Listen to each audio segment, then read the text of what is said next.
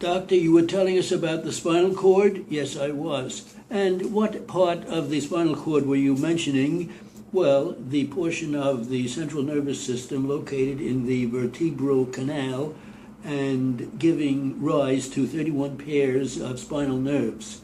Doctor, does that extend from the foramen magnum to the second lumbar vertebra? Yes, it does, and it is composed of white substance which surrounds the inner gray matter of the cord. Doctor, several lengthwise grooves demarcate the white matter into long columns. Is that not correct?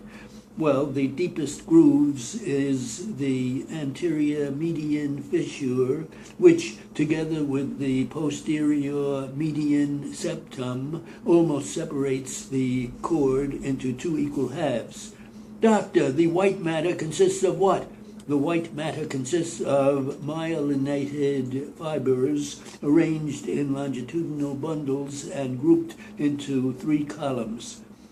Doctor, the anterior, lateral, and posterior funiculi? Yes, the funiculi are the afferent white and efferent white fibers, which represent descending nerve tracts, which bring messages from the brain to the cord.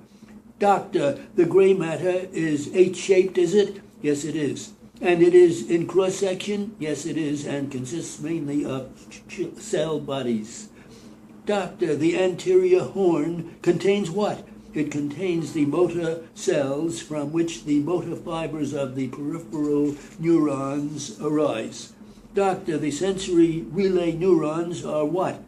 Well, they are located in the posterior horn. What are the diagnostic terms referencing here?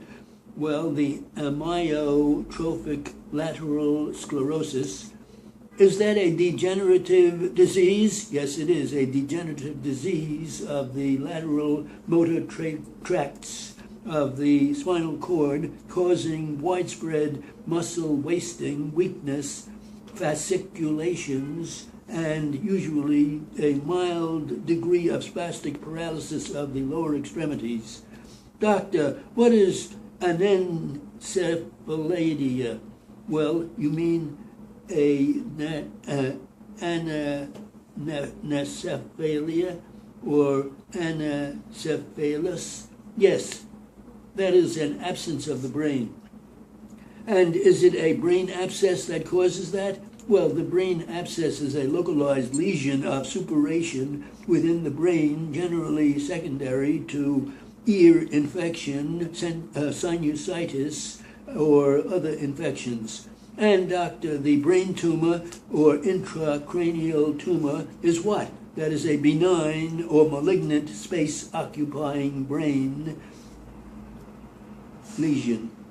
Is it adnexal? Yes, adnexal tumor, which is derived from the pineal body or the choroid plexus. And may it be compressed? Yes, it may be compressed into the aqueduct and cause obstructive hydrocephalus or exert pressure on the hypothalamus and be associated with diabetes insipidus or precocious puberty. Doctor, I am going to ask you some questions about the brain that I have not covered yet very well.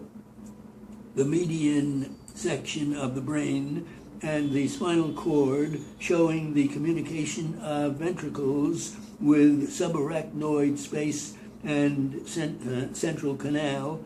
Yes, I see that. It is the choroid plexuses generally thought to form the cerebrospinal fluid, which are tufts of capillaries located in the ventricles. Doctor, is that a transverse section of the spinal cord? Yes, it is a transverse section at a level of origin of the third lumbar nerve.